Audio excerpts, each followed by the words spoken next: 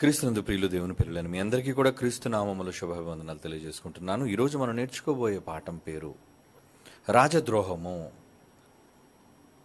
రాజద్రోహము అనగానే రాజుకు వ్యతిరేకంగా చేసే ద్రోహం. రాజద్రోహము అనగానే రాజ్యానికి విరోధంగా అధికారం కోసం, సింహాసనాల కోసం చేసే తిరుగుబాటు, దానిని రాజద్రోహంగా పరిగణించవచ్చు. ప్రియులారా, రాజు అనగా సింహాసనం మీద కూర్చున్నవాడు, అధికారాన్ని కలిగినవాడు, ప్రజలను ఏలేవాడు అని అర్థం. మరి ఏంటి రాజద్రోహము? ఏంటి ఈ కుట్ర? ఏ సింహాసనం కొరకు ఈ ద్రోహం అన్నది బైబిల్లో చరిత్రను మనం పరిశీలించగలిగితే, అధికారం కొరకు, సింహాసనం కొరకు చరిత్ర ఎన్నో నిజాలు చెప్పాయి. చరిత్ర ఎన్నో నిజాలు చెప్పింది. ఎందరో చరిత్రలు చెప్పబడ్డాయి. వారు కేవలం ప్రజలను పాలించాలి అని అధికార కాంక్షతో, సింహాసనాసీనులు కావాలన్న ఒక దురుద్దేశముతో ఎందరో అమాయకులైన వారిని సైతం చంపిన విధానం చరిత్ర మనకి తెలియజేస్తుంది. మీ అందరికీ తెలుసు, ఒక ప్రాముఖ్యమైన వ్యక్తి ప్రపంచ అద్భుతాలలో, వండర్స్లో ఏమండి, తాజ్మహల్ మనకు తెలుసు. ఈ తాజ్మహల్ కట్టించింది షాజహాన్. ఏమండి, అలాంటి షాజహాన్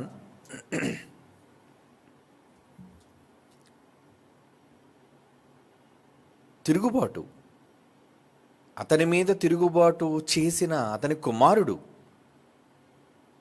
షాజహాన్ యొక్క కుమారుడు ఏమండి ఔరంగజేబ్, మీ అందరికీ తెలుసు. అతడు తండ్రిని ఖైదు చేయించిన వ్యక్తిగా మనకు చరిత్రలో కనబడతాడు. ఎందుకు చేయించాడు? కేవలం అధికారం కోసం, రాజ్యాన్ని పాలించటం కోసం.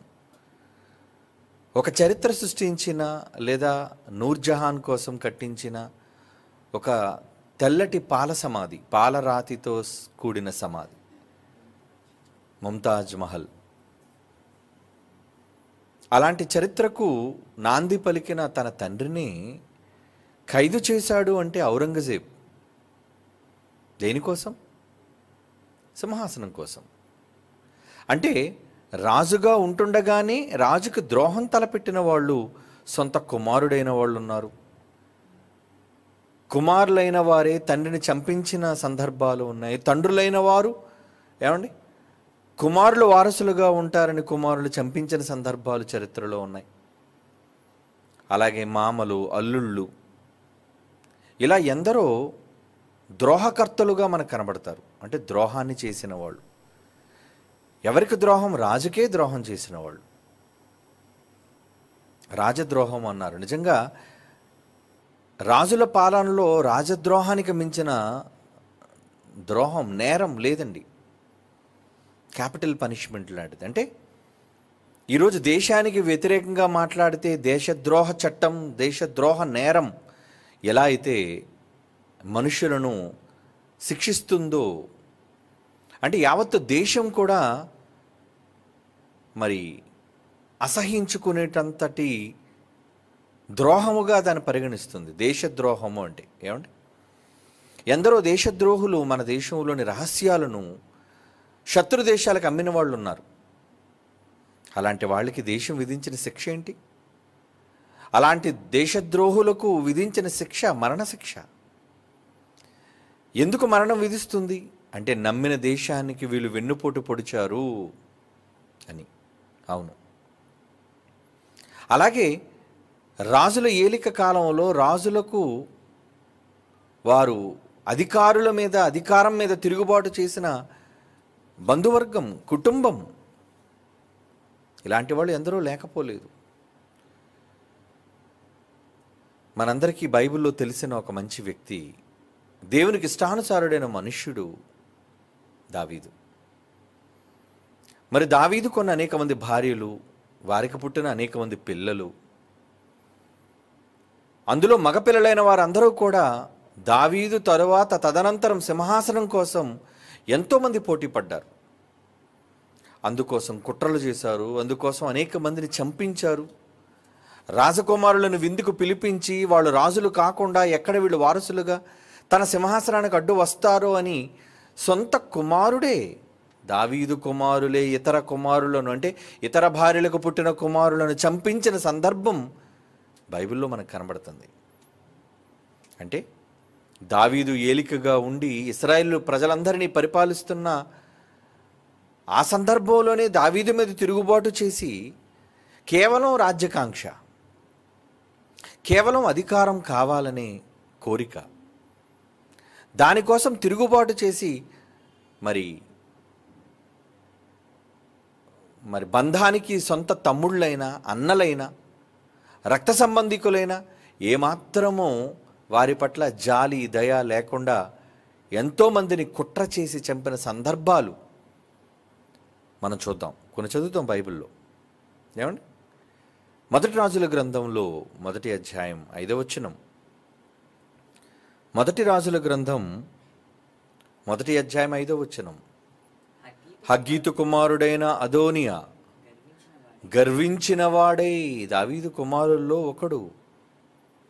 హగ్గీతు కుమారుడైన అదోనియా గర్వించిన వాడై, నేనే రాజునగుదును అనుకుని రథములను గుర్రపు రౌతులను తనకు ముందుగా పరిగెత్తుటకు 50 మంది మనుష్యులను ఏర్పరచుకొనను. ఎవరికి వారు రాజకుటుంబీకులలో నేను రాజు అంటే నేను రాజు అనుకొని, ఏమండి, తామే రాజులుగా ప్రకటించుకొని సింహాసనం కోసం దానికి రాజద్రోహానికి తలపెట్టారండి. కొద్ది కాలం ఉండే అధికారం కోసం. ఎందుకంటే అధికారం అటువంటిది, అధికారం బహు చెడ్డదండి, అధికారం బహు చెడ్డది. ఈరోజు ప్రజల కోసం పనిచేయవలసిన నాయకులు అధికారంలోనికి వచ్చిన తరువాత ప్రజల యొక్క రక్తాన్ని, ఏ విధంగా వారి కష్టార్జితాన్ని ద్రోహం చేసి సంపాదించుకుని కోట్ల రూపాయలను వశపరుచుకుంటున్నారు అన్నది ఈ దేశానికి క్రొత్త ఏమీ కాదు. ఎందరో నాయకులైన వాళ్ళు ప్రజా మద్దతుతో, ప్రజా ఓటుతో గెలిచిన వారు ప్రజల కష్టాన్ని దోచుకుంటున్నవారు కారా? అంటే వాళ్ళకు ప్రజల మీద ఏమి ప్రేమ ఉంది చెప్పండి? ప్రజల మీద వారు వేసిన ఓటు మీద ఏం గౌరవం ఉంది చెప్పండి? ప్రజాద్రోహులు. ఏమండి? ప్రజల ఓటుతో గెలిచి తిరిగి అదే ప్రజలకు కీడు తలపెట్టేవాళ్ళు. వాళ్ళు చేసే చట్టాల ద్వారా కీడు, వాళ్ళు వేసే పన్నుల ద్వారా కీడు, వాళ్ళు చేసే దోపిడీల ద్వారా ప్రజలకు కీడు. ఇలా ఎంతో కీడును అధికారులుగా మారిన వారు, అధికారిగా మారకముందు బాగానే ఉంటారండి, అధికారిగా మారిన తరువాత ఇక, ఎందుకంటే వాళ్ళ చేతులకు అధికారం వచ్చింది, ఒక్కసారి వాళ్ళ చేతికి అధికారం వచ్చిన తరువాత వాళ్ళ ఇష్టారాజ్యం. ప్రతి నాయకుడు ఒక్క ఛాన్స్ అని అడుక్కుంటున్నారు. ఇప్పుడు ఈరోజున్న రాజకీయ పరిస్థితులు మీకు తెలుసు. మన రాష్ట్రంలో ప్రతి ఒక్కడు కూడా ప్రజలను అడుక్కుంటున్నాడు. ఏమని? ఒక్క ఛాన్స్ నాకు ఇవ్వరా, ఒక్క ఛాన్స్. అంటే ఒక్క ఛాన్స్ ఏంటి? నీకు నిజంగా ప్రజలకు సేవ చేయాలి అనుకుంటే నువ్వు ఛాన్స్ అడగక్కర్లే. నీ మంచితనం, నువ్వు ప్రజలకు చేయాలనుకున్న మంచి, మీది ఏదైతే మేనిఫెస్టో ఉందో అది చెబుతుంది, ప్రజలకు నమ్మకాన్ని కలిగిస్తుంది నీ మీద. అంటే ఒక్కసారి ఇస్తే చాలా? దేనికి? అధికారంలోనికి వచ్చి ప్రజల సొమ్మును కొల్లగొట్టడానికా? అధికారంలోనికి వచ్చిన తర్వాత తమకు నచ్చినట్లుగా ప్రవర్తించడానికా? అవునండి, ఈరోజు దేశంలో రాజకీయాలు, అధికారాలు ఆ విధంగానే మారిపోయాయి. ఇదంతా ఎవరు చేస్తున్న కుట్ర? సింహాసనానికి, అధికారం కోసం, అధికారులు చేస్తున్న కుట్రలు ఇవన్నీ. ఎందుకంటే అధికారం అటువంటిది. ఒక్కసారి అధికారం చేజిక్కితే అధికారాన్ని వదులుకోలేడు. అధికార దాహం అన్నారు దాన్ని. ఏమండి, నోట్లో దాహం వేస్తే నీళ్లు తాగి దప్పికని చల్లార్చుకోవటం మనకు తెలుసండి. కానీ దాహం అనేది దేనికి పేరు పెట్టారు? అధికారానికి కూడా దాహం అని పేరు పెట్టారు. అధికార దాహమా? అధికారం పొందడం కోసం, అధికారాన్ని చేజిక్కించుకోవడం కోసం ఎన్ని వెన్నుపోట్లు. ఈరోజు రెండు కుటుంబాల మధ్య జరుగుతున్న పోరు మీకు తెలుసు. ఒక వైఎస్ఆర్ పార్టీలో నుంచి ఒకే తండ్రికి తల్లికి పుట్టిన పిల్లలు. ఒక పక్క జగన్మోహన్ రెడ్డి ప్రస్తుత రాష్ట్రానికి ముఖ్యమంత్రిగా ఉంటుంటే, అదే రాజశేఖర రెడ్డి గారికి జన్మించిన కుమార్తె వైఎస్ షర్మిల, ఏమండి, ఇంకా ఇంటి పేరు మార్చుకోలేదు, వైఎస్ అని పెట్టుకుంది. ఇంకా ఏమో మరి. ఈరోజు ఒకరి మీద ఒకరు బురద చల్లుకుంటున్నారు. దేనికోసం? వీళ్ళదొక పార్టీ, వాళ్ళదొక పార్టీ. ఆ పార్టీలోని వారు వీళ్ళ మీద, ఈ పార్టీలోనే ఉన్నవాడు వాళ్ళ మీద. ఇలా ఒకరి పరువులు ఒకరు తీసుకుంటూ ఒకే కుటుంబంలోని చీలికలుగా ఏర్పడి, ఇదంతా దేనికి? ఏమండి, ఈ రాష్ట్రం కాదని పక్క రాష్ట్రానికి వెళ్ళిపోయి, ఎవరండి? షర్మిలమ్మ అండి. పక్కన ఒక రాష్ట్రంలో పార్టీ పెట్టి అక్కడేమో కేసీఆర్ మీద వ్యతిరేకట బావుట ఎగురవేసి కొంతకాలం పాదయాత్ర చేసి, ఆ తర్వాత ఆ పార్టీ తరపున నాయకత్వం లేకుండా ఆ పార్టీని కూల్చివేసి కాంగ్రెస్కి అమ్మేసి, లేదంటే కాంగ్రెస్లో కలిపేసి విలీనం చేసి, ఒకప్పుడు కాంగ్రెస్ మీద తిరుగుబాటు చేసి మా తండ్రికి మా కుటుంబానికి అన్యాయం చేసింది కాంగ్రెస్ అని చెప్పిన వాళ్లే మరలా ఈరోజు కాంగ్రెస్ బాటపట్టి కాంగ్రెస్ పంచన చేరి, సరే ఎవరు మంచివాళ్ళు ఎవరు చెడ్డవాళ్ళు అనేది పక్కన పెడదాం, అది దేవుడికి తెలుసు. ఎవరి కృషిలో, ఎవరి ప్రయత్నాల్లో, ఎవరిది యథార్థమైన మనస్సుతో ఎంతవరకు మంచి దాగి ఉందో అనేది దేవుడు నిర్ణయిస్తాడు. కానీ ఎందుకు ఈ కుట్రదులు, ఎందుకు ఈ కుట్రలు, ఈ కుతంత్రాలు, ఎందుకు ఒకరి మీద ఒకరికి ఈ దుమ్మెత్తిపోసుకోవడాలంటే కేవలం అధికారం. ఏంటంటే అందులో ఉన్నది అధికారం ఉంటే ఏదైనా చేయొచ్చు, అధికారం ఉంటే ఏదైనా సాధించవచ్చు, అధికారం ఉంటే దేనినైనా తారుమారు చేయవచ్చు, ధనాన్ని ఆర్జించవచ్చు. ఒకప్పుడు తిరుగులేని పాలనగా తెలంగాణ ప్రభుత్వం ఏర్పడిన తరువాత ప్రత్యేక రాష్ట్రంగా కేసీఆర్ కుటుంబమే పరిపాలించిందండి. హైదరాబాద్ జంట నగరాల్ని, తెలంగాణ రాష్ట్రాన్ని 2 సార్లు ఓట్లతో గెలిచారు. కానీ ఆ తరువాత 3వసారి ఓటమి పాలయ్యారు. కాంగ్రెస్ అధికారంలోనికి వచ్చింది అంటే ఎవరిది ఏ అధికారము శాశ్వతంగా భూమి మీద ఉండదు. ఎన్ని రాజ్యాలు కూలిపోయాయి, ఎన్ని అధికారాలు పడిపోయాయి చెప్పండి. 70 సంవత్సరాలు సుదీర్ఘమైన పాలనతో రష్యాను ఏమండి ఉక్కుతో పరిపాలించిన కమ్యూనిజం ఏమైందో తెలుసా అండి? కుప్పకూలిపోయిందండి. ఒకప్పుడు యుఎస్ఎస్ఆర్ అని ఉండదు, union of soviet socialist republic. సోషలిజంతో కమ్యూనిజంతో నిండిపోయిన యుఎస్ఎస్ఆర్ ఇప్పుడు యుఎస్ఎస్ఆర్ కాదు, అది దాని పేరు రష్యా. పోయింది. 70 సంవత్సరాల పాలన పోయింది. అలాగే మన దేశంతో పాటు ప్రపంచ దేశాలను కైవసం చేసుకోవాలనుకున్న బ్రిటిష్ పాలన మన దేశంలో 400 సంవత్సరాలు ఏమండి కుట్రదారులుగా ప్రవేశించి మన దేశపు ఖజానాను కొల్లగొట్టి ఆస్తులను దోచుకొని, ఈరోజు లండన్లో ఉన్న నెమల సింహాసనం ఎవరిది? కోహినూరు వజ్రం ఎక్కడిది? ఏమండి బ్రిటిష్ వాళ్ళు సంపాదించిన ఆస్తులు ఎక్కడివి? ఇతర దేశాలను కొల్లగొట్టి తెచ్చుకున్నవే కదా. ఎందుకు? అధికారం, సింహాసనం. ఆ సింహాసనం ఉంటే దేంటి గొప్ప, నా మాటే వేదం, నేను చెప్పిందే శాసనం. ఎంతకాలం నీ శాసనం కింద ఉంటారు మనుష్యులు? ఏ రాజ్యం కూడా ఎల్లకాలం భూమి మీద ఉండేది లేదు. రాజుల రాజ్యాలే కూలిపోయాయి. ఎందుకు? ఎందరో ద్రోహులు. ఏమిటి బ్రిటిష్ వాళ్ళు మన దేశాన్ని కేవలం మేము వ్యాపారం చేసుకుంటాము అని ప్రవేశించిన వర్తకులు వాళ్ళు ఎందుకు దేశాన్ని ఆక్రమించుకున్నారు, బానిసలుగా మనల్ని చేసుకున్నారో తెలుసా? మన దేశంలో ఉన్న ద్రోహులు బ్రిటిష్ వాళ్ళకి అమ్ముడుపోవటం వలన, వాళ్ళ కుట్రలో వీళ్ళు కూడా పాలివారు కావటం వలన కాదా? అవును. మన దేశం బానిస సంఖ్యలలో మగ్గిపోవడానికి కారణం మన భారతీయులే బ్రిటిష్ వాళ్ళకి చెంచాలుగా మారిపోయారు, సలహాదారులుగా మారిపోయారు, కుట్రదారులుగా మారిపోయారు. అలాగని బ్రిటిష్ పాలన లేదు. తర్వాత దేశం పరిపాలించిన మన పాలనలోకి వచ్చిన తర్వాత ఎవరి పాలన సుస్థిరంగా ఉందో చెప్పండి? స్వతంత్రం తరువాత ఎన్ని పార్టీలు మారాయి, ఎన్ని అధికారాలు వచ్చాయి,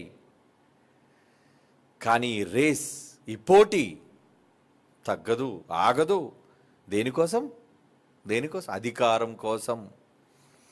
అధికారం కోసం కోట్ల పెట్టుబడి, అధికారం కోసం మనుషులను చంపటం, ప్రాణాలను పణంగా పెట్టటం లేదా? ఒకప్పుడు ఒక రాజు అధికారంలోకి రావాలి అంటే లక్షల మంది చావాలి యుద్ధంలో. ఇప్పుడు ఒక పార్టీ అధికారంలోకి రావాలి అంటే లక్షల మంది కుటుంబాలు కూలిపోవాలి. వ్యక్తులుగా చావటం తక్కువేమో, కానీ వాళ్ళ కుటుంబాలు కుప్పకూలిపోవాలి, వాళ్ళ ఆర్థిక పరిస్థితి చితికిపోవాలి. ఎందుకంటే దోపిడీ, కోట్ల రూపాయలు పెట్టుబడి పెట్టి టికెట్ కొనుక్కొని, పార్టీ టికెట్ కొని ఎందుకు ఈరోజు ఒక రాజ్యసభ ఒక పార్లమెంట్ అభ్యర్థిగా లేదంటే ఒక శాసనసభ అభ్యర్థిగా ఎందుకు నిలబడుతున్నారు? అధికారం కోసం పెట్టుబడి. వందల కోట్ల రూపాయలు పెట్టుబడి పెట్టిన వాళ్ళు తిరిగి అధికారంలోకి వచ్చిన తర్వాత తిరిగి వాళ్ళకి రాబడి కావాలి. ఎవరి రాబడిది? ఎవరి సొమ్ము? ప్రజలది. ఇంకెవరిది? ప్రజలదండి అది. ఆ సొమ్ము ఎవరిదో కాదు, ప్రజల సొమ్ము. ప్రజలే అధికారులు, ప్రజలే రాజులు. మనమే కదండి. వాళ్ళు ఏమంటారు? ప్రజలే రాజట. ప్రజల ఎంపిక చేసినంతవరకే ప్రజలు రాజులు, కానీ తర్వాత గద్దెలనికి సింహాసనం మీద కూర్చునేది వాళ్ళు. ఇదంతా రాజద్రోహం అంటారు దాన్ని. ఇదంతా కూడా రాజద్రోహం, అధికారం కోసం జరిగే ద్రోహాలు ఇవన్నీ. ఒకనాడు దావీదు సింహాసనం కోసం నేనే రాజు అనుకున్నాడట అదోనియా. గర్వించేవాడు, రాజునని చెప్పేసుకున్నాడు. ఈలోపు ఎందరో ఆ పోటీకి సిద్ధపడుతుంటే బత్షెబ కూడా వెళ్ళిందట. నా కొడుకు పరిస్థితి ఏంటి? దావీదు భార్యలు చాలామంది ఉన్నారు. నా కొడుకు రాజు కావాలి. అందులో బత్షెబ కూడా. మరి నా కొడుకు రాజు అవ్వడా?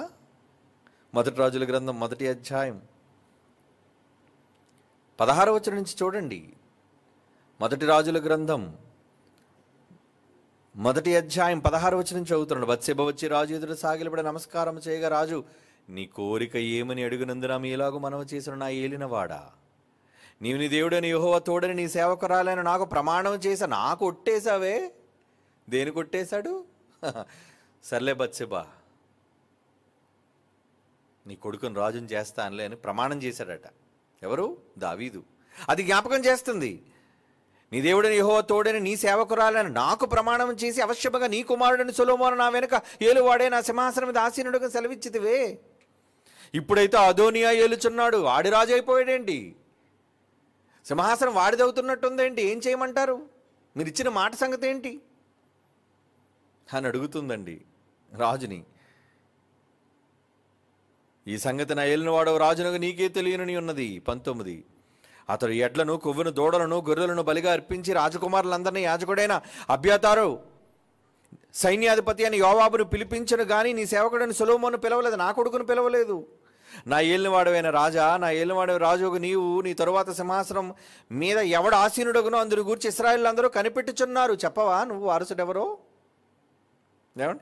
దావీదు బత్షెబను పిలువమని సెలవీయగా ఆమె రాజు సన్నిధికి 28వ వచనం 28. దావీదు బత్షెబను పిలువుగా సెలవీయగా ఆమె రాజు సన్నిధికి వచ్చి రాజు ఎదుట నిలబడును. అప్పుడు రాజు ప్రమాణపూర్వకంగా చెప్పినదేమనగా, సకలమైన ఉపద్రవముల్లో నుండి నన్ను విడిపించిన యెహోవా జీవముతోడు అవశ్యముగా నీ కుమారుడిని సొలొమోను నా తరువాత ఏలువాడే నాకు ప్రతిగా సింహాసనం మీద ఆసీనుడవుతాడు. లేదా ఎందరు రాజులు? అబ్షాలోము ఒక పక్క, అదోనియా ఒక పక్క. ఎవరు పడితే వాళ్ళే రాజులు. ఇదంతా సింహాసనం కోసం, అధికారం కోసం. కానీ దేవుడు ఇవ్వాలనుకుంది సొలొమోనుకి ఇవ్వాలనుకున్నాడు దైవ సంకల్పానుసారంగా. ఆ సింహాసనం కోసం చివరికి మనుషులను చంపటం మొదలుపెట్టారండి. అధికారం కోసం చావులు. మొదటి రాజుల గ్రంథం 15:27. మొదటి రాజుల గ్రంథం 15:27-28. ఇషాకారు ఇంటి వారు సంబంధులకు అహియా కుమారుడైన బయషా అతని మీద కుట్ర చేసెను. నాదాబును ఇశ్రాయేలు వారందరూ ఫిలిస్తీన్ల సంబంధమైన గిబ్బోతునకు ముట్టడి వేయగా, గిబ్బోతులోను బయషా అతనిని చంపెను. రాజైన ఆసా ఏలుబడిలో 3వ సంవత్సరం ముందు బయషా అతనిని చంపి అతనికి మారుగా రాజాయను. చంపటం రాజైపోవడం. సింహాసనం కోసం చంపేయటమే, ప్రాణాలు తీసేయటమే. అధికారం ముఖ్యం. ఏమండి? 16వ అధ్యాయం మొదటి రాజుల గ్రంథం 16వ అధ్యాయం 8వ వచనం చదువుతున్నాను చూడండి. వీళ్ళ రాజులలో జరుగుతున్న కుట్రలు, అధికారం కోసం కుట్రలు. జిమ్రి చేసిన యూదారాజైన ఆసా ఏలుబడిలో 26వ సంవత్సరమున బయషా కుమారుడని ఎలా తిర్సాయందు ఇశ్రాయేలు వారందరినీ ఎలా ఆరంభించి 2 సంవత్సరములు ఏలును. తిర్సాలో తనకు గృహ నిర్వాహకుడగు ఆర్పా ఇంట అతడు త్రాగి మత్తుడై ఉండగా, యుద్ధరథముల మీద అర్ధభాగం మీద అధికారి అయిన జిమ్రి అతని మీద కుట్ర చేసి లోపలికి చొచ్చి అతన్ని కొట్టి చంపి అతనికి మారుగా రాజైన ఇది యూదా రాజైన ఆసా ఏలుబడిలో 27వ సంవత్సరమున సంభవించెను. 20వ వచనం.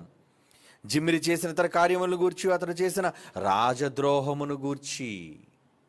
రాజద్రోహం, అధికారం కోసం చంపేశాడు.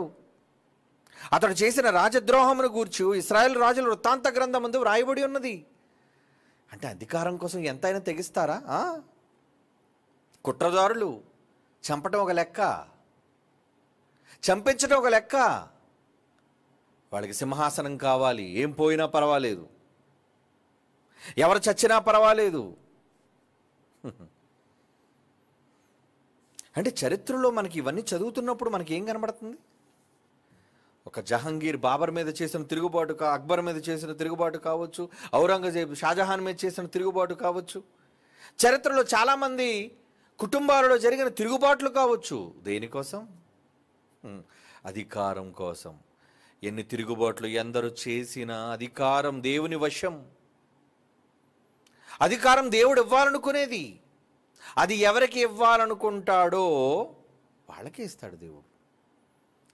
ఎవరిని దేవుడు నియమించాలి అనుకుంటాడో దేవుడు వారినే నియమిస్తాడు. ఇది అర్థం కావటం లేదు మనుష్యులకి. మరికొన్ని చదువుదాం కుట్రదారులను గురించి. 2వ రాజుల గ్రంథం 15వ అధ్యాయం. 2వ రాజుల గ్రంథం 15వ అధ్యాయం 10వ వచనం. యాబేషు కుమారుడని షల్లూం అతని మీద కుట్ర చేసి జనులు చూచుండగా అతని మీద పడి అతనిని చంపి అతనికి మారుగా రాజాను. ఎందుకురా చంపేశావు? రాజు అవ్వడం కోసం. అప్పుడు ఏలా కుమారుడైన హోషే ఇశ్రాయేలు రాజు రెమల్యా కుమారుడైన పెకహు మీద కుట్ర చేసి అతని మీద పడి అతను చంపి యూదా రాజైన ఉజ్జియా కుమారుడైన యోతాము ఏలుబడిలో 20వ సంవత్సరమున అతనికి మారుగా రాజాను. చంపటం రాజైపోవడం. 21వ అధ్యాయం 2వ రాజుల గ్రంథం 21వ అధ్యాయం 23, 24 వచనాలు చూడండి. ఆమోను సేవకులు అతని మీద కుట్ర చేసి అతని నగరునందు అతను చంపగా దేశపు జనులు రాజైన ఆమోను మీద కుట్ర చేసిన వారందరినీ చంపి అతని కుమారుడైన యోషియాకు అతనికి మారుగా పట్టాభిషేకం చేసిరి. ఇంత వాళ్ళు చంపితే ఆమోను సేవకులు అతని మీద కుట్ర చేసి అతని నగరునందు అతను చంపగా దేశపు జనులు రాజైన ఆమోను మీద కుట్ర చేసిన వారందరినీ చంపి, అంటే కుట్ర చేసి రాజుని చంపితే ఆ చంపిన వాళ్ళందరినీ మరలా కుట్ర చేసి వీళ్ళు చంపటం, ఒకరినొకరు చంపుకోవటం, అధికారం కోసం ఒకళ్ళ ప్రాణాలు ఒకళ్ళు తీసుకోవటం, తర్వాత రాజుగా చేయటం. ఇవన్నీ మనకు కనబడుతుంది. ఈ కుట్రదారులు. ఇంతకీ ఈ రాజుల కోసం మనకెందుకండి, ఈ రాజద్రోహం కోసం మాకెందుకండి అని మీరు అనుకుంటున్నారా? మనకి కూడా ఒక రాజు ఉన్నాడండి. మనందరికీ కూడా ఒక రాజు ఏలికున్నాడు. ఎవరా రాజు, ఎవరా ఏలిక? చూస్తారా? బైబిల్లో చూడాలి కదా. ఎవరా రాజు? యెషయాగ్రంథం 33వ అధ్యాయం. యెషయాగ్రంథం 33వ అధ్యాయం 22వ వచనం. యెషయా గ్రంథం 33:22 యెహోవా మనకు న్యాయాధిపతి, యెహోవా మన శాసనకర్త, యెహోవా మన రాజు, ఆయన మనల్ని రక్షించును. ఎవరండి రాజు? యెహోవా మనకి రాజు. అంటే ఆయన మన ఏలిక. ఆయన ఎవరు? మన తండ్రి. తండ్రి మనకు రాజు అయితే ఆయన మన ఏలిక అయితే, అవునా? ఆయన రాజేనా? అవును, రాజేనండి. కీర్తనల గ్రంథం 74వ కీర్తన 12వ వచనం చదవండి. కీర్తనల గ్రంథం 74వ కీర్తనలోని 12వ వచనం. పురాతన కాలము మొదలుకొని దేవుడు నా రాజయ్యున్నాడు. దేవుడు నా రాజు, దేవుడు నా రాజు. అంటే ఆయనది ఒక పెద్ద సింహాసనం ఉంది. 3 లోకాలను పరిపాలించి ఒక పెద్ద సింహాసనం. ఇప్పటివరకు మనం చదువుకున్న కుట్రలు, ఎప్పటివరకు మనం విన్న ఈ కుట్రదారులు దేనికోసం ఒకరినొకరు చంపుకున్నారు? అధికారం ఎందులో ఉంది? సింహాసనం మీద కూర్చున్నవాడిదే అధికారం. వాడు చెప్పిందే శాసనం, వాడు చేసిందే అధికారం.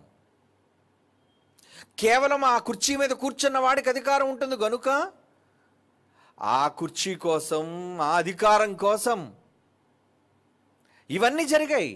ఈ కుట్రలు, కుతంత్రాలు, చివరికి అంతఃపుర కుట్రలు అంటే రాజు ఇంటిలోనే రాజుకు విషం పెట్టి చంపేయడం, పుట్టిన వారసుని రాజుకు తెలియకుండా చంపేయటం కాదా?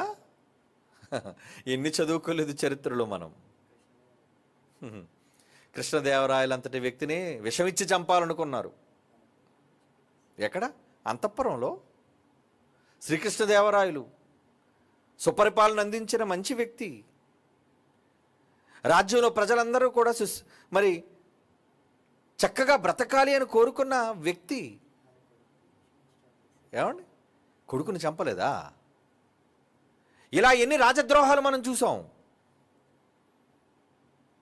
మరి ఇక్కడ కూడా మనకు ఒక రాజు కనబడుతున్నాడే, ఒక రాజు కనబడుతున్నాడు మనకి. ఆయన ఎవరు? మన తండ్రి. కానీ ఆయన ఎంత మంచోడంటే, ఆయన రాజయ్యుండి తన పిల్లలకు సింహాసనం ఇవ్వాలనుకున్నాడు. అందుకు కుట్ర జరిగింది. ఇంతకీ ఈ కుట్ర చేసింది ఎవరు?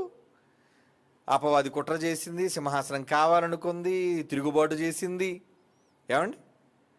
చివరికి అది గెంటి వేయబడింది, మనందరికీ శత్రువుగా మారిపోయింది. అవునా? దేనికోసం జరిగింది యుద్ధం? పరలోకమందు యుద్ధం దేనికోసం జరిగింది? నేను నా సింహాసనాన్ని హెచ్చించుకుంటాను, నా మాట కూడా అందరూ వినాలి. ఈ కోటాను కోట్ల మంది దేవదూతలు వీళ్ళంతా కూడా దేవుడు చెప్పిన మాటే కాదు, నా మాట కూడా వినాలి. అంటే ఆ సింహాసనం మీద నేను కూర్చోవాలి అనుకుంది, యుద్ధం చేసింది. సరే, ఒక పనికత్తే లేదంటే ఒక బానిస, వారసత్వం లేనిది అధికారం కోసం కుట్ర చేసిందంటే వేరు, వదిలేయండి. కానీ ఈరోజు ఆ కుట్రదారులలో దానితో చేతులు కలిపిన ఆయన కొడుకులున్నారు. ఎవరితో? శత్రువుతో చేతులు కలిపిన కొడుకులు. అపవాది దేవునికి విరోధైతే, సింహాసనం కోసం శత్రువు అయితే, దేవునికే రాజుకే ద్రోహం చేసిన రాజద్రోహి అయితే, అంతే కదా మన భాషలో అపవాది ఎవరు? రాజద్రోహి.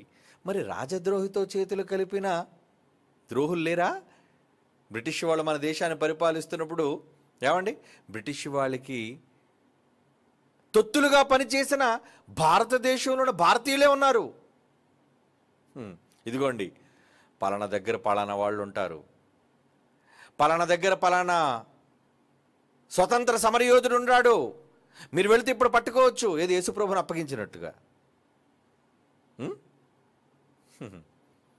అవునండి, అల్లూరి సీతారామరాజు ఎలా దొరికిపోయాడు? కుట్రదారుల వల్లే. ఎంతోమంది గొప్ప గొప్ప నాయకులైన వారందరూ కేవలం ద్రోహం వల్లనేనండి. ద్రోహం వల్లే పట్టబడ్డారు, ద్రోహం వల్లనే చంపబడ్డారు. రాజుకు ద్రోహం చేయటం వల్లనే. మరి ఈరోజు రాజద్రోహి అపవాది అనుకుంటే ఏమంటే ఆ రాజద్రోహితో చేతులు కలిపిన ద్రోహులు లేరా? ఎవరు ఎంతకీ దాంతో చేతులు కలిపిన వాళ్ళు? దేవుని పిల్లలైన వారయ్యుండి శత్రువులతో చేతులు కలిపితే ఎలా ఉంటుందండి? ఏమంటే మన కుటుంబీకులు ఎప్పుడు మనల్ని సపోర్ట్ చేయాలి కదండి. కానీ మన కుటుంబీకులైన వాళ్ళే మనకు విరోధులైన వాళ్ళతో చేతులు కలిపితే ఎలా ఉంటుంది అది? అదే పాపం ఇప్పుడు జగన్ పరిస్థితి. ఏమండి, దేశానికి ముఖ్యమంత్రి జగన్, ఇంతగా ఆయన తల్లి ఎవరి పక్క ఉందో తెలియదు, మిగతా కుటుంబీకులు ఎవరి పక్క ఉన్నారో తెలియదు, ఎందుకు ఆ కుటుంబంలో ఘోరాలు జరుగుతున్నాయో తెలియదు. అంటే అంతర్గతమైన కలహాలు, కుటుంబ కలహాలు. అది ఆస్తుల కోసమా, అధికారం కోసమా, అది వాళ్ళకే తెలియాలి. ఒక్కొక్కరు ఒక్కొక్క పార్టీ, ఒకరికొకరు విరోధం, వ్యతిరేకం, కత్తులు దూసుకోవటం. ఎందుకు జరుగుతుంది ఇదంతా? సమర్థించవలసిన వాళ్ళే, ఏమండి, సహకరించవలసిన వాళ్ళే విరోధంగా మన శత్రువులతో చేతులు కలిపితే ఎలా ఉంటుంది అది? ఎలా ఉంటుంది? ఎంత భారం, ఎంత బాధాకరం. ఈరోజు మన దేవుని పరిస్థితి అదేనండి. మన రాజు సింహాసనం మీద కూర్చున్నాడే, తండ్రి, సింహాసనాసీనుడైన వ్యక్తి, సకల లోకాలను పాలిస్తున్న వ్యక్తి, ఆయన నీకేం ద్రోహం చేశాడు? ఆయన పిల్లలుగా ఏమైనా ద్రోహం చేశాడా? లేదండి. పిల్లలకు సింహాసనం ఇవ్వాలి అనుకున్నాడండి, అంతేనా? ఆయన గర్భాన పుట్టిన మనల్ని కూడా రాజులు అన్నాడు. రాజులైన యాజక సమూహం. నేనే రాజును కాదు నాయన, నా గర్భాన పుట్టిన మీరంతా రాజులే. మీరు కూడా సింహాసనం మీద కూర్చుంటారు నాయన. మీరు కూడా పరిశుద్ధులుగా లోకమునకు తీర్పు తీరుస్తారు నాయన. మీ అందరికీ నేను సింహాసనాన్ని ఇస్తాను నాయన. ఏ సింహాసనం తెలుసా? నా సింహాసనమే, నా కుర్చీ మీకు ఇస్తా అని చెప్పిన తరువాత కూడా ద్రోహానికి తగబడే పిల్లలు ఉన్నారు అంటే ఏమనుకోవాలి చెప్పండి? ద్రోహం కాదా? దేవుని ముసుగులో ఉండి జరుగుతున్న ద్రోహం కాదా? ఆయన కుటుంబంలో జరుగుతున్న కలహాలు కాదా? ఏమండి, ఎవడైనా ఈరోజు ఒక కుటుంబం మీదకి వస్తే వెంటనే కుటుంబం అంతా ఒకటే శత్రువుని ఎదిరించాలి, అవునా కాదా చెప్పండి? బంగ్లాదేశ్ వాడు మన మీదకి యుద్ధానికి వస్తున్నాడు అనుకోండి, పాకిస్తాన్ వాడు మన మీదకి యుద్ధానికి వస్తున్నాడు, పక్కన చైనా వాడు మన మీదకి యుద్ధానికి వస్తున్నాడు అనుకోండి, అప్పుడు భారతీయులంతా ఒకటవుతారు ఎవరు చెప్పండి? అప్పుడు హిందూ అని, ముస్లిం అని, సిక్కులని, జైనులని ఇవేమీ భేదాలు ఉండవండి. We are all Indians. మనమంతా భారతీయులుగా ఉండి భారతదేశ సమైక్యత కోసం మనమంతా పోరాటం చేయాలి అని శత్రుదేశం మీద తిరుగుబాటు చేయడానికి వీళ్ళంతా ఒక్కటవుతారు కదా, అవును కదా? ఒకటవ్వాలి కదా, పద్ధతి ప్రకారంగా ఒకటవ్వాలి కదా. కానీ ఈ దేశీయులుండి పాకిస్తాన్కి సపోర్ట్ చేసిన వాళ్ళని ఏమనాలి? లేరు అలాంటి వాళ్ళు? పాకిస్తాన్ గెలిస్తే పండగ చేసుకునే వాళ్ళు ఉన్నారండి ఇండియాలో, తెలుసా? క్రికెట్లో పాకిస్తాన్ పండగ గెలిస్తే ఒకవేళ, ఏమండి, మిఠాయిలు పంచుకున్న వాళ్ళు ఉన్నారు అని. పాకిస్తాన్ శత్రుదేశం కదా. నువ్వు ఈ దేశంలో ఉండి, ఈ దేశ రాజ్యంలో ఉండి నువ్వు శత్రుదేశాన్ని నువ్వు సమర్థిస్తున్నావంటే నేనేమనుకోవాలి? నువ్వు ద్రోహివి కాదు, రాజద్రోహివి కాదు, దేశద్రోహివి కాదు. ఈరోజు ఒక కుటుంబంగా, టోటల్ ఇండియా, భారతీయులంతా నా సోదరులు సోదరీమణులని ఒక్క కుటుంబంగా చెప్పుకుంటారే అప్పుడు. మరి క్రైస్తవుల మీద ఎవరైనా దండయాత్ర చేస్తే క్రైస్తవులందరిది ఒక కుటుంబం అయితే, నువ్వు బయట శత్రువు మీద దండయాత్ర ప్రకటించవలసింది నీలో నీకు కత్తుల దూయటం ఏంటి? నీలో నువ్వు కొట్టుకోవడం ఏంటి? నీ వారితో నీకు యుద్ధాలేంటయ్యా సోదరా? ఇదే రాజద్రోహం. శత్రువు క్రీస్తు మీదకి వస్తున్నప్పుడు, క్రైస్తవ్యం మీదకి వస్తున్నప్పుడు, బైబిల్ని అవమానిస్తున్నప్పుడు క్రైస్తవులంతా సంఘటిత శక్తిగా ముందు నీలో ఉన్న యుద్ధాలు ఆపేయి. రాష్ట్రాల్లో ఎన్నో గొడవలు ఉన్నాయండి, లేవా? దేశంలో రాష్ట్రాల మధ్య గొడవలు లేవా? ఉన్నాయి. దేశంలో పార్టీల మధ్య గొడవలు లేవా? ఉన్నాయి. ఉంటే పక్కనున్న శత్రు దేశంతో యుద్ధం వచ్చేసరికి మీరంతా ఒక్కటైపోవాలి. మీలోన్న కలహాలు మానేసి, మీలోని కలహాలు పక్కన పెట్టి ముందు మీరందరూ సామరస్యంతో ఒకటిగా కలిసి శత్రువుని ఎలా ఓడించాలి అని కదా మీరు ఫోకస్ చేయాలి. మరి నీ రాజు దేవుడైతే ఆయనకు ద్రోహం జరిగితే, ఆయనకి ఏం ద్రోహం జరిగింది? ఎందుకు రాజుకి ఏం ద్రోహం జరిగింది అనుకున్నారా? తన కొడుకును పంపించారట, నాయన నువ్వు వెళ్ళయ్యా, కుటుంబానంతా ఒక్కటి చెయ్యి, అందరూ నువ్వు కాపాడు, నువ్వు కూడా రాజువే, నా తదనంతరం సింహాసనం నీకు ఇస్తాను నాయన, ఆ తర్వాత నీ తదనంతరం నీతో పాటు, తదనంతరం కాదు నీతో పాటు నీ తమ్ముళ్ళు కూడా సింహాసనం ఇద్దుగా నాయన, వెళ్ళు నాయన వెళ్ళు, నిజం చెప్పయ్యా ఈ ప్రపంచానికి అని తన కొడుకును తనకు ప్రతినిధిగా భూమి మీదగా పంపితే ఈ ప్రపంచం ఏం చేసింది? ఆయన్ని కుట్ర చేసి చంపేసింది. కుట్ర చేసి చంపింది. యేసు ప్రాణం తీసింది. అలా ప్రాణం తీసిన ప్రజలను ఏమండి, ఆ కుట్రకు బలి అయిపోయిన తన కొడుకు వ్యధతో బాధతో దేవుడు ఉంటే నువ్వేం చేస్తున్నావు? మనమేం చేస్తున్నావు? ఆ కుమారుని వలన పవిత్రపరచబడిన వాళ్ళం, ఆ కుమారుని రక్తం వలన పరిశుద్ధులుగా ఎంచబడిన వాళ్ళం, దేవుని పక్షాన నిలబడి ఒక్కటిగా యుద్ధం చేయవలసిన వాళ్ళం. పాకిస్తాన్ ఎదురుగుండా వస్తే శత్రువులతో యుద్ధం జరిగేటప్పుడు అంతే కదండి. ఎదుటి శత్రువు వస్తే వాడిని చంపాలి, కానీ ఇదే అదునను చూసుకొని పక్కన నీ మిత్రుడు నీ పక్షాన పోరాడుతున్న వాడిని కత్తితో పొట్టలు పొడిచేస్తావు వాడికి. ఏమండి, దావీదు చేసిన ద్రోహంలా ఉంటుంది. ఎవరు నాయన, శత్రువులతో యుద్ధం జరుగుతుంది, ఇదిగో సరిగ్గా యుద్ధం జరుగుతుంది దగ్గర వీడిని లేపేయి. కుట్రదారులండి. అలా కుట్ర జరిగితే మీరు చేస్తున్న ద్రోహం ఎవరికో తెలుసా? మనందరి రాజు అయిన యెహోవాకు చేస్తున్న ద్రోహం, కుట్ర. ఆయన తన రక్తాన్ని కార్చి మనందరినీ ఒక సంఘంగా మలిచి మనందరినీ ఒక్కటిగా చేసి, కమాన్ మీరంతా కూడా శత్రువుతో పోరాడండి, మీరందరూ కూడా మీ విరోధి అయిన అపవాదితో యుద్ధం చేయాలర్రా, దాన్ని గెలవండర్రా. వాడు సైన్యం మోహరించిందయ్యా ప్రపంచం మీద. మోహరించాడా? ఎక్కడ మోహరించాడు? ఆకాశ మండలమందున్న దురాత్మల సమూహాలటండి. ఎఫ్సి పత్రులు అంటాడు. యుద్ధం 6వ అధ్యాయం, ఎఫ్సి పత్రిక 6వ అధ్యాయం 12వ వచనం, మొదటి వచనం కాదు, ఆ 12వ వచనం. ఏమంటున్నాడు అక్కడ? ఏలయనగా మనం పోరాడినది శరీరులతో కాదు గాని ప్రధానులు, అధికారులు, ప్రస్తుత అంధకార సంబంధులకు, నూతన లోకనాథులతో, ఆకాశ మండలమందున దురాత్మల సమూహములతో పోరాడుచున్నాము. ఈ పెద్ద యుద్ధంలో, సాగుతున్న ఈ మహారణరంగంలో నువ్వు ఎవరి పక్షాన నిలబడి యుద్ధం చేస్తున్నావు? నువ్వు ఎవరి పక్షాన నిలబడ్డావు? దేవుని పక్షాన, రాజు పక్షాన నిలబడ్డావా? రాజుకు ద్రోహం చేసిన దెయ్యం పక్షాన నిలబడ్డావా? చాలామంది దేవుని పక్షాన ఉన్నామని చెప్పుకొని కుట్రదారులుగా శత్రువు వాడి సైన్యంలో ఉన్నారండి. శత్రు సైన్యంలో ఉన్నారు, అపవాది సైన్యంలో ఉన్నారు. మీరు మీ తండ్రి యగు, అదే అంటున్నాడు 8వ అధ్యాయం. చాలాసార్లు మనం చదువుకున్నాం కదా, 8:44 యేసుప్రభు అన్నాడు, ఏంట్రా మీరింత ద్రోహులుగా మారిపోయారు? నా తండ్రి మిమ్మల్ని కాపాడడానికి నన్ను పంపిస్తే నన్ను దెయ్యం పట్టినవాడు అంటున్నారేంటి? మిమ్మల్ని కాపాడదామని, మిమ్మల్ని సింహాసనం మీద కూర్చోబెడదామని నేను వస్తే మీరు ద్రోహం చేశారు. ఎవరికి ద్రోహం? మీరు మీ తండ్రిగు అపవాది సంబంధులు, అపవాదికి సంబంధించిన వాళ్ళు మీరంతా. మీ తండ్రి దురాశలు నెరవేర్చగోరుచున్నారు. వాడు ఎలాంటి వాడు తెలుసా?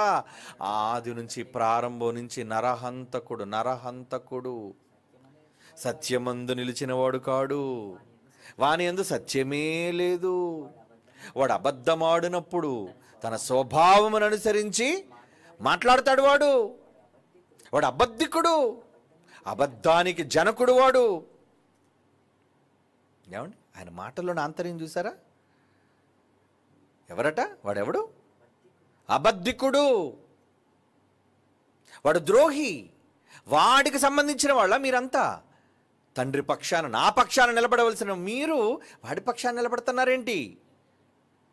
ఏమండి, ఈరోజు క్రైస్తవ్యం ఎవరి పక్షాన ఉందో చెప్పండి? దేవుని పక్షాన. దేవుని పక్షాన ఉంటే ఈరోజు సోషల్ మీడియాలో ఒకరి మీద ఒకరు విరుచుకుపడుతున్నారే పేర్లు చెప్పుకొని. ఏమంటే మనమంతా కలిసి క్రీస్తు పక్షాన యుద్ధం చేయవలసిన వారై ఉండగా ఈరోజు సోషల్ మీడియాలో యుద్ధాలు చూడండి. ఎవరి మీద బాబు యుద్ధం? ఎవరి కోసం బాబు? ఈయన కామెంట్ ఎవరి కోసం అండి? ఈయన వీడియో లేదు, ఒక క్రైస్తవుడు ఇంకో క్రైస్తవుడి మీద కత్తి తీశాడు. ఒరే, కత్తి నువ్వు తీయవలసింది ఇతరులను నరకడానికి రా. నీ వాక్యం అని ఖడ్గాను నువ్వు జులిపించవలసింది బైబిల్ని కాదన్న వాడిని రా. మరి ఇప్పుడు యుద్ధం ఏమైపోయింది? అంతర్గత యుద్ధం. అంతర్గత యుద్ధం అంటే వాడు తన అనుచరులైన వాళ్ళు మన మధ్యకు పంపించేసి తన స్వభావాన్ని మనలో నింపేసి మనమంతా క్రీస్తు పక్షాన పోరాటం చేయవలసిన వాళ్ళై ఉండగా క్రీస్తు ముసుగులో మనమే ఒకరినొకరు ఖర్చుకుంటున్నాం, చంపుకుంటున్నాం, భక్షించుకుంటున్నాం. ఇదేనా క్రైస్తవ్యం అంటే? క్రైస్తవ సమాజం ఆలోచించాలి ప్రియులారా. ఈరోజు చర్చిలు పడగొట్టడానికి సిద్ధపడుతున్నారు. ఏమండి, మొన్న ఒక వీడియో కనబడిందండి సోషల్ మీడియా, అది ఎక్కడదో ఎప్పుడుదో మనకు తెలియదు వివరాలు. ఒక చర్చి మీద ఒక కాషాయ రంగు జెండాను బలవంతంగా తీసుకెళ్లి సిలువ దగ్గర పాతుతున్నారండి. మీలో ఎంతమంది చూసారో నాకు తెలియదు. ఏమండి వచ్చిందా? ఏంటి అవసరం? ఈ దేశం అందరిది. ఈ దేశం ఏ ఒక్క మతానికి చెందినది కాదు, ఏ ఒక్క కులానికి చెందినది కాదు. ఈ దేశం గడ్డ మీద పుట్టిన ప్రతి ఒక్కరికి ఈ దేశం మీద హక్కు ఉంది. కానీ మతం అనే దాన్ని తెర మీదకి తెచ్చి ఒక రంగును పులిమి మనుష్యుల్లో ఎలాంటి దాన్ని వాళ్ళు రెచ్చగొడుతున్నారు అంటే, ఇదిగో ఈ దేశంలో ఉండాలి అంటే మేము అనుకున్నది మీరు చెయ్యాలి, ఇది మా దేశం. ఇలాంటప్పుడు క్రైస్తవులకు గడ్డు కాలం. ఒక క్రైస్తవుడు నమ్ముకున్న పవిత్రమైన దేవాలయం ఏంటి, నిజంగా వాళ్ళ దేవాలయాల మీద మన సిలువ జెండా ఎగరైతే ఊరుకుంటారో అక్కడే నరికి చంపేస్తారు మనల్ని, అవునా కాదా? కానీ ఎంత దారుణం అండి నిజంగా. వాళ్ళు పైకెక్కి సిలువ మీద ఎంత వాళ్ళు బరితెగింపుతనం. వెళ్ళి నీ జెండాను, నీ మతానికి సంబంధించిన జెండాను ఒక సిలువ మీద నువ్వు కడతావా? అంటే కట్టెతే అయిపోద్దా? యుద్ధం చేతకానివాడు, యుద్ధాన్ని గెలవటం రావనివాడు చేసే చేతకాని పనది. దమ్ముంటే ధైర్యంగా అక్కడున్న వాళ్ళందరినీ మార్చి చూడు. దమ్ముంటే వాళ్ళందరినీ మార్చి చూడు నీ మాటల చేత మార్చడం చేత కాక, ఎక్కడ క్రైస్తవుల మాటలకు ప్రపంచం లేదంటే దేశం మారిపోతుందని భయం పోక ఏం చేస్తున్నారు? దారుణాలకు తెగబడుతున్నారు, కొడుతున్నారు, తిడుతున్నారు, ప్రతి దాన్ని అడ్డగిస్తున్నారు. ఈ దేశం సర్వస్వతంత్రత కలిగిన దేశం. ఒక హైందువుడికి ఎంత హక్కు ఉందో ఒక క్రైస్తవుడు కూడా సమానమైన హక్కు ఉంది. మైనారిటీలు అయితే కావచ్చు, దేశంలో వాళ్ళు 100 మంది ఉండొచ్చు, వీడు ఒక్కడే ఉండొచ్చు, కానీ 100 మందికి ఎంత హక్కు అయితే ఉందో ఈ ఒక్కడికి కూడా ఈ గడ్డ మీద సమాన హక్కు. అది రాజ్యాంగం కల్పించిన హక్కు, మర్చిపోకండి. ఎక్కువ మంది ఉన్నవాడిది రాజ్యం కాదు అది. ఈ దేశాన్ని పరిపాలించేది, ఈ దేశంలో అమలయ్యేది చట్టం, రాజ్యాంగం. ఆ రాజ్యాంగం ఏ ఒక్క మతాన్ని ప్రతిపాదించలేదు, అందరికీ సమాన హక్కులు కల్పించింది. నువ్వే మతస్థుడికైనా కావచ్చు, నువ్వే విశ్వాసానికి చెందినవాడైనా కావచ్చు, నీకు ఈ దేశంలో నివసించే హక్కు ఉంది అని చెప్పింది రాజ్యాంగం. కానీ అలా చేస్తున్నారా ఈరోజు?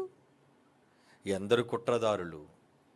ఇలాంటప్పుడు క్రైస్తవ్యాన్ని అణిచివేయాలని చూస్తున్నప్పుడు ఏమండి, బలవంతంగా చట్టాలు చేసి క్రైస్తవ్యాన్ని ఇంకేదో చెయ్యాలి అనుకుంటున్నారు. నెక్స్ట్ టైం మరలా బీజేపీ గెలిస్తే ఇప్పటికే నార్త్లో మెజారిటీ మాది అని మీసం తిప్పుతున్నారు. ఎవరు ఎన్ని మీసాలు తిప్పినా, ఎవరు ఏటీఎం తంత్రంతో, అంటే అంతా కూడా మిషనరీ కదండి. ఏటీఎం తంత్రంతో అదిగోండి, ఒక కాషాయ రంగు జెండాని సిలువ ఒక గుడి మీద వేస్తున్నారు. అంటే అధికారం మాది, ఎవడరా మమ్మల్ని అడిగేది? కేంద్రంలో మా ప్రభుత్వం, కేంద్రంలో ప్రభుత్వం మాది, అధికారం మాది, ఎవడరా మమ్మల్ని అడిగేవాడు అని వాళ్ళు ఎంత అహంకారం. ఏమండి, ఇలాంటి పరిస్థితులు దేశంలో గడ్డు పరిస్థితులు ఉంటున్నప్పుడు రేపొద్దున ఒకవేళ మరలా 3వసారి భారతీయ జనతా పార్టీ గెలిస్తే ఎవడడ్డుకునేది? ఈవీఎం మిషన్ల ద్వారా ట్యాంపరింగ్ చేసి అవసరమైతే మాకు నచ్చిన అభ్యర్థిని గెలిచేటట్టుగా మాకు కావలసిన సీట్లు చేద్దామనుకునే ఒకళ్ళు కుట్రలో ఉంటే ఉండొచ్చు. కానీ వీళ్ళందరిపైన ఒక అధికారం, ఒక సింహాసనం ఉంది, కుర్చీ, అది దేవుడిది. ఎవరు ఎక్కడ కూర్చోబెట్టాలో దేవుడికి తెలుసు.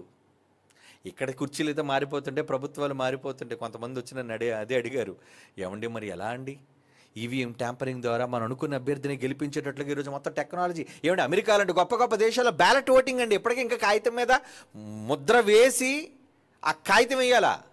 కానీ మన దేశంలో ఈవీఎం ఎలక్ట్రానిక్ ఓటింగ్ మెషిన్, అంత టక్ క్యాలిక్యులేటర్లో చెప్పేస్తారు. దాన్ని మార్చలేమా?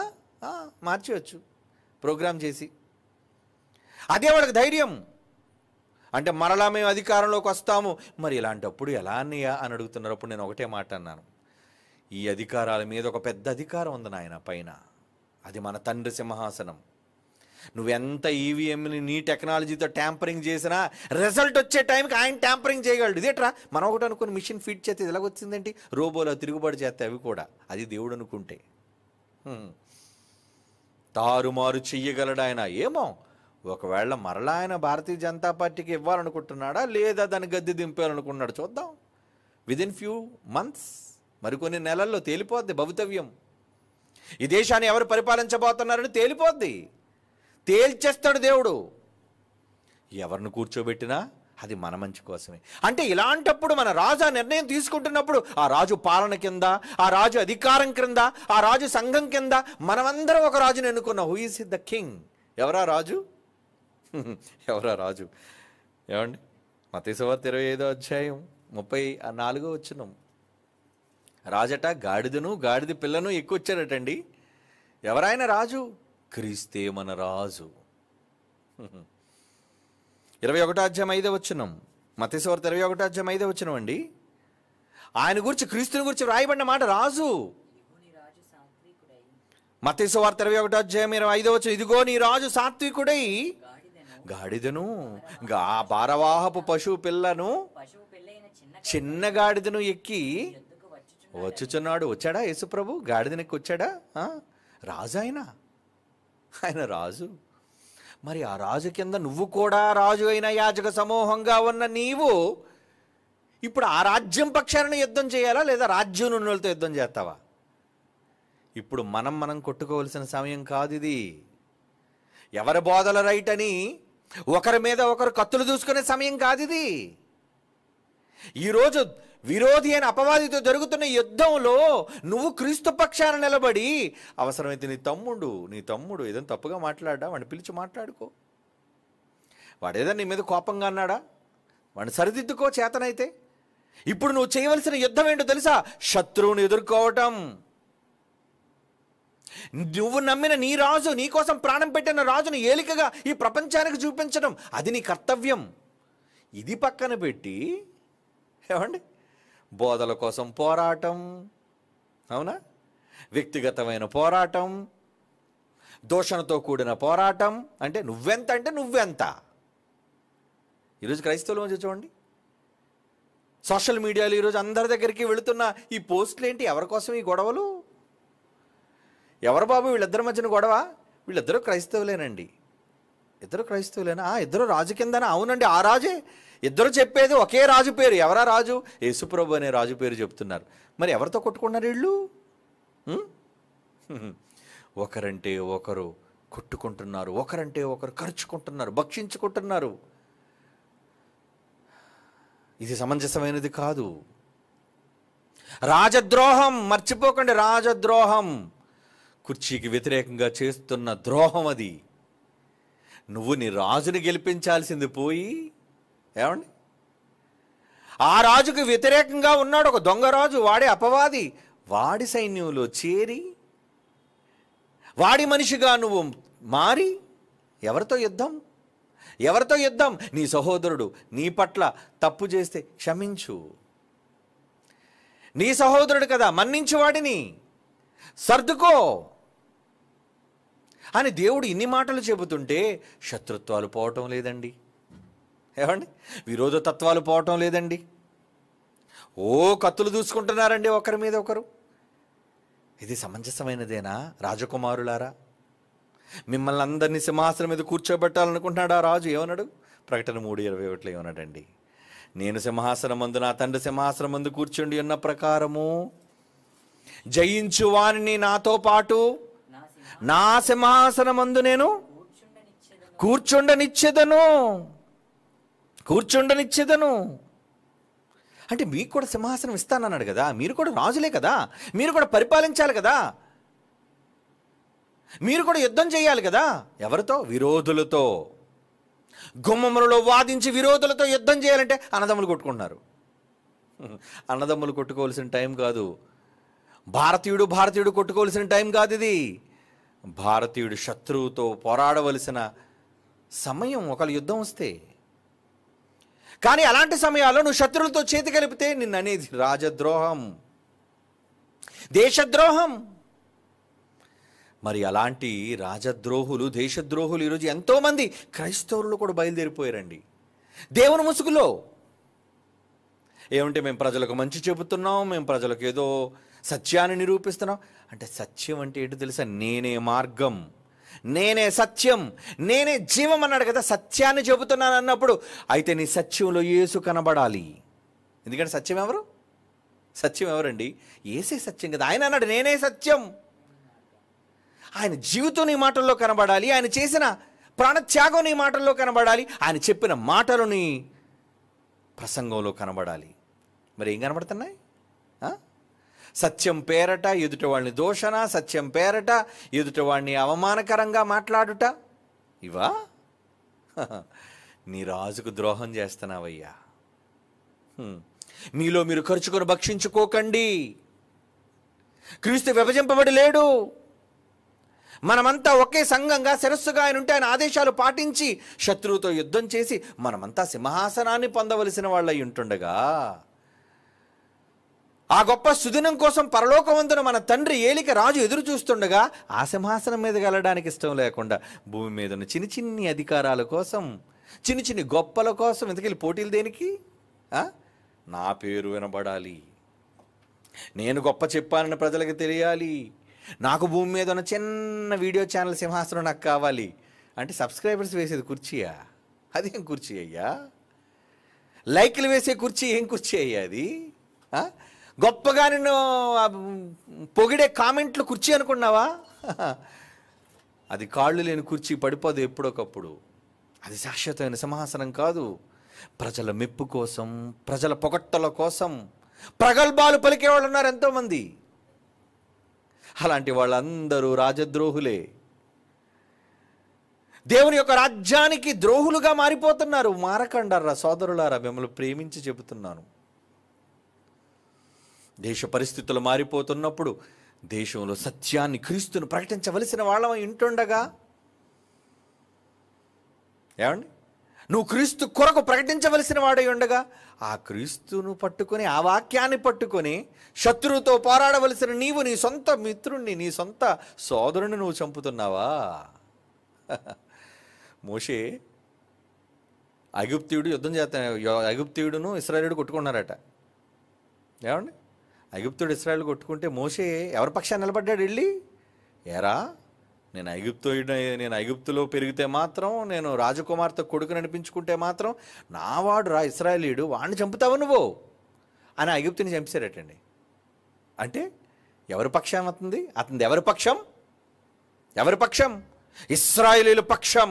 ఎందుకంటే నా జాతి ఇశ్రాయేలుల జాతి, నా దేవుడు ఇశ్రాయేలుల దేవుడు. దేవుడిని నమ్మని ఈ ఐగుప్తు జాతితో నాకు సంబంధం లేదు. అఫ్కోర్స్ నేను కోటలోనే పెరగవచ్చు, రాజకుమారుడు కానీ ఇప్పటికీ నాకు ఈ స్థాయి ఉండొచ్చు.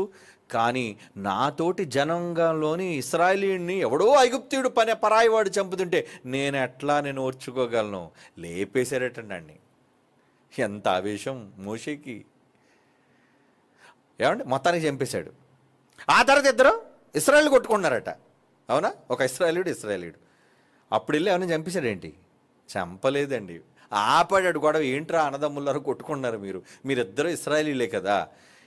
వాళ్ళన్నారట ఏమయ్యా నువ్వు కూడా ఐగుప్తుని చంపినట్టు మమ్మల్ని చంపేస్తావా? కానీ చంపలేదండి. ఎందుకంటే నావాడు కదా ఇశ్రాయేలు, నేను ఎలా చంపుతాను నిన్ను? ఈ చేతులతో నా స్వజాతిని నేను ఎలా చంపుతా? అదండి అతనుకున్న నీతి, ఒక నాయకుడిగా అతనుకున్న నీతి. మరి ఈరోజు నాయకులను పిలిపించుకొని, బోధకులను పిలిపించుకొని నీకెక్కడుంది నీతి? ఏ నీతి? నీ సోదరుని, నీ క్రైస్తవుడినే పోట్లు. ఏం పోట్లు? బల్లెం పోట్లు కావచ్చు, మాటల పోట్లు కావచ్చు, అవమానకరమైన పోట్లు కావచ్చు, వాక్యంతో బోధకు సంబంధించిన పోట్లు కావచ్చు. ఇది నువ్వు వాడు కొట్టుకోవాల్సిన సమయం కాదు. ఐగుప్తుడు ఎవరైనా ఉందో ముందు ఆడిని వేసేయి, ముందు ఐగుప్తుడిని నెయ్యి, నీ వాడిని చంపుకోవడం కాదు.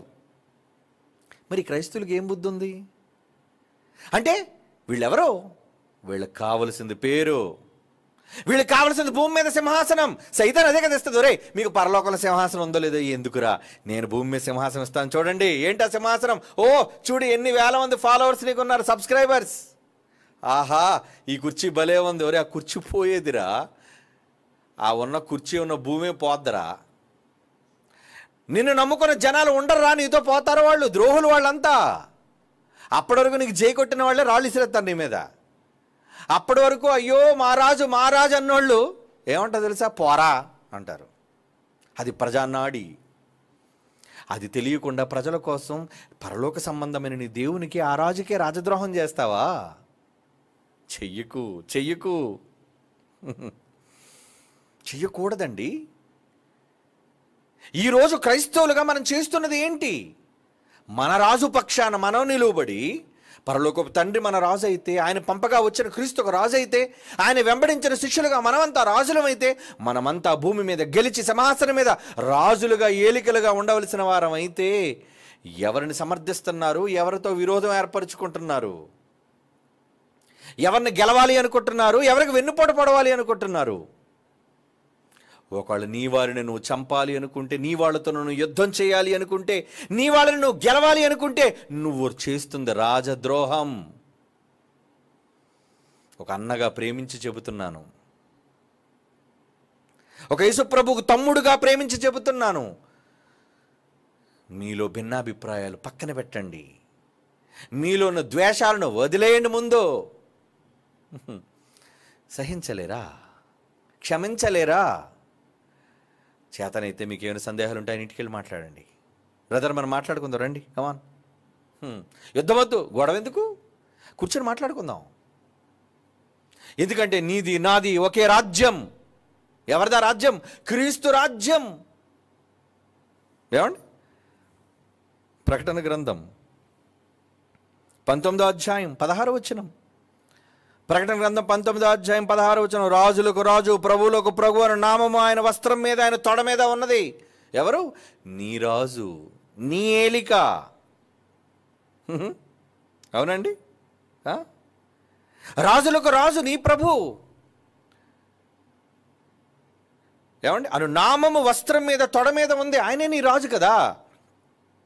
ఆ రాజు కింద ఉన్న నువ్వు, ఆ శిరస్సును హత్తుకుని ఉన్న నువ్వు, సంఘమని ఈ సామ్రాజ్య విస్తరణ కోసం ఏం చేయగలుగుతున్నావు? ఈ సామ్రాజ్యాన్ని విస్తరింప చేయాలి. సంఘం అనే దానికోసం దేవుడు కలలు కన్నాడు. ఏంటి ఆ కల తెలుసా? నీ రాజు కన్న కల ఏంటో తెలుసా? యెషయా గ్రంథంలో అనుకుంటానండి, చూడండి 6వ అధ్యాయం ప్రారంభంలోన, 2వ అధ్యాయం ప్రారంభంలోన, యెహోవా మందిర పర్వతమట, పర్వతములన్నిటికంటే ఎత్తైనదిగా వెళ్ళిపోద్దటండి. యెషయా గ్రంథం 11వ అధ్యాయం, యెషయా గ్రంథం 11వ అధ్యాయమా? 2వ అధ్యాయం. 11 కాదు, యెషయా గ్రంథం 2వ అధ్యాయం 2వ వచనం. అవునండి, ఏమంటున్నాడు చూడండి. దేవుని కళ, దేవుని కోరిక. చూడండి మిత్రులారా, క్రైస్తవ సోదర సోదరీమణులారా, మీరంతా వినవలసిన మాట. అంత్య దినములలో పర్వతముల మీద యెహోవా మందిర పర్వతం పర్వత శిఖరమున స్థిరపరచబడి కొండల కంటే ఎత్తుగా ఎత్తబడును. ప్రవాహము వచ్చినట్లు సమస్త అన్యజనులు దాని లోపలికి వచ్చేదరు. ఇది దేవుని కళ, ఇది దేవుని భవిష్యత్తు. సంఘాన్ని గూర్చిన భవిష్యత్తు ప్రవాహం రావాలి. ఆ కాలమున సియోను నుండి ఉపదేశం, యెరూషలేము నుండి యెహోవా వాక్కు బయలు వెళ్ళును. జనులు గుంపులు గుంపులుగా వచ్చి యాకోబు దేవుని మందిరమునకు, యెహోవా పర్వతమునకు మనము వెళ్ళుదము రండి. ఆయన తన మార్గముల విషయం మనకు బోధించును. ఆయన మనకు త్రోవలను, మనము ఆయన త్రోవల్లో నడుతామని చెప్పుకుందరు. ఇది ఆయన కలండి. అంటే ఇప్పుడు క్రీస్తు సామ్రాజ్యాన్ని విస్తరింప చేయవలసిన బాధ్యత ఎవరిది? క్రైస్తవుడా, నీదేనయ్యా. ఈరోజు ఈ క్రీస్తు సామ్రాజ్యాన్ని ఒక మహాప్రపంచనంగా, ప్రపంచవ్యాప్తముగా బోధలతో నువ్వు విజృంభించవలసిన నువ్వు ఎవరి మీద విజృంభనే అనుకుని కోటిప్పి ఎవరి మీదకి వెళ్తున్నావు? శత్రువు మీదకి వెళ్ళి యుద్ధం. అవునా? కోటి జులిపించి మేసం తిప్పి ఎవరి మీదకి వెళ్ళాలి నువ్వు యుద్ధానికి? నీ తమ్ముడి మీద కాదయ్యా, నీ అన్న మీద కాదయ్యా, నీ సొంతోళ్ళ మీద కాదయ్యా నువ్వు యుద్ధానికి వెళ్ళవలసింది. శత్రువు మీదకి వెళ్ళు. చేయి దండయాత్ర వాడి మీద, చేయి బైబిల్ గొప్పదని, తిప్పు మేసం, చెప్పు బైబిల్ గొప్పదని. చేతనైతే అది యుద్ధం. ఎందుకంటే యెహోవా మందిర పర్వతం పెద్దగా ఎత్తబడాలి అంటే ఎత్తబడ్డానికి నువ్వు తీసుకున్న ప్రణాళికలు ఏంటి, చేస్తున్నది ఏంటి? నువ్వు చేస్తున్న యుద్ధం ఏంటి? శత్రువుతో చేయి యుద్ధం. నీ తమ్ముడితో చేసేది కాదు యుద్ధం, నీ వాడితో చేసేది కాదు యుద్ధం, నీ కుటుంబీకులతో నువ్వు చేసేది కాదు యుద్ధం, ఆకాశ మండలమందున దురాత్మల సమూహాలతో చేసేది యుద్ధం. అది యేసు ప్రభు యొక్క రాజ్య విస్తరణ. ఆ విస్తరణ కోసం ఏం చేయగలుగుతున్నారు చెప్పండి?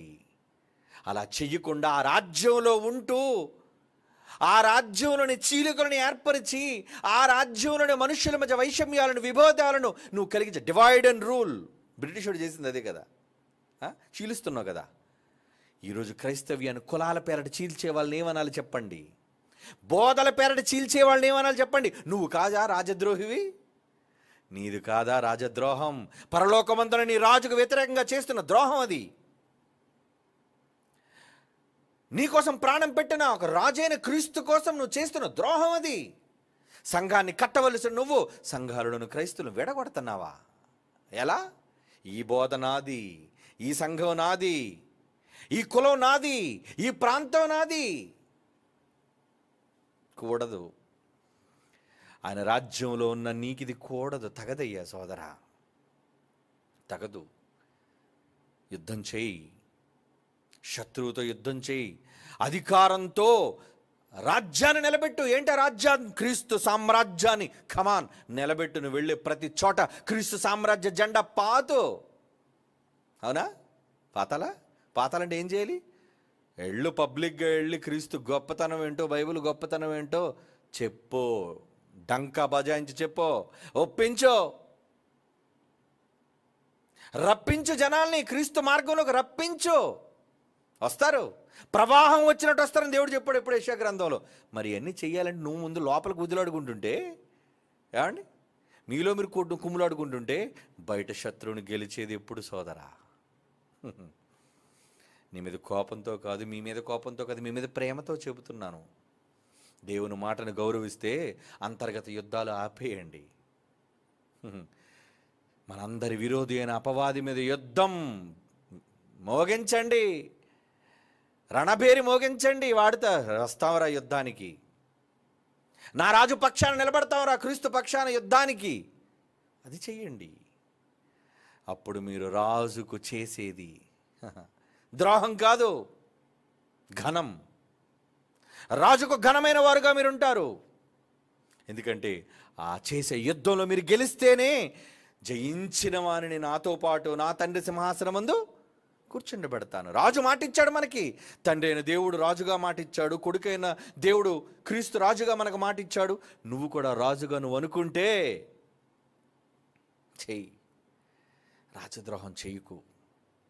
అధికారాల కోసం, కుర్చీల కోసం, ప్రజల మన్నల కోసం, ప్రజల దండల కోసం, ప్రజల చప్పట్ల కోసం వద్దు. దీనివల్ల సబ్స్క్రైబర్స్ పెరుగుతారనో, లేదా దీనివల్ల అటెన్షన్ పెరుగుతుందనో, దీనివల్ల ప్రజల మధ్య నాకు ఖ్యాతి పెరుగుతుందనో, ఇలాంటి దురాశ కోరికలు వదిలేసుకుండర్రా. దేవుని కొరకు ఘనమైన కార్యాలు చేసేదిగా క్రైస్తవ ఈ తరంలో ఉండాలి. అది మన రాజు మన నుంచి కోరుకుంటున్నాడు. మనందరి రాజు మన తండ్రి, మన కోసం ప్రాణం పెట్టిన రాజు. ఈ రాజ్య సామ్రాజ్య విస్తరణ కోసం మీకు అప్పచెప్పాడు. కమాన్, మీరు వెళ్ళండి, సర్వలోకమునకు సువార్త ప్రకటించండి, సువార్త చెప్పండి. మనమేం చెప్తున్నాం? ఈరోజు మైకు ముందుకు వచ్చి, సోషల్ మీడియా ప్లాట్ఫామ్ మీదకి వచ్చి సువార్త చెప్పటం లేదు. వీడి తప్పు, వాడి తప్పు, వాడి తప్పు, వీడి తప్పు. మానేయండి. నువ్వు గళం విప్పితే సువార్త కోసం వినబడాలి నీ స్వరం. నువ్వు నోరు విప్పితే నీ స్వరం నీ గొంతు నుంచి రావాలి, దేవుని వాక్య ప్రభంజనం. అలా చేయొద్దాం, అలా నిలబెట్టు సామ్రాజ్యం. నువ్వు క్రీస్తు సామ్రాజ్య రథాధిపతిగా ఈరోజు నువ్వు కూడా ఉన్నావు. ఒక పార్ట్ క్రీస్తు సామ్రాజ్యంలో నువ్వు కూడా ఒక భాగం. నువ్వు కూడా రాజువే. యుద్ధం చేయి, గెలిపించు, హృదయాలను కొల్లగొట్టు, గెలుచుకో. నువ్వు వెళ్ళే ప్రతి చోట గెలుచుకో ప్రజల్ని, వాళ్ళ క్రీస్తు సామ్రాజ్యంలో కూర్చోబెట్టు. అప్పుడు నీకు సింహాసనం తథ్యం. అంతేగాని రాజద్రోహులుగా మారకండి.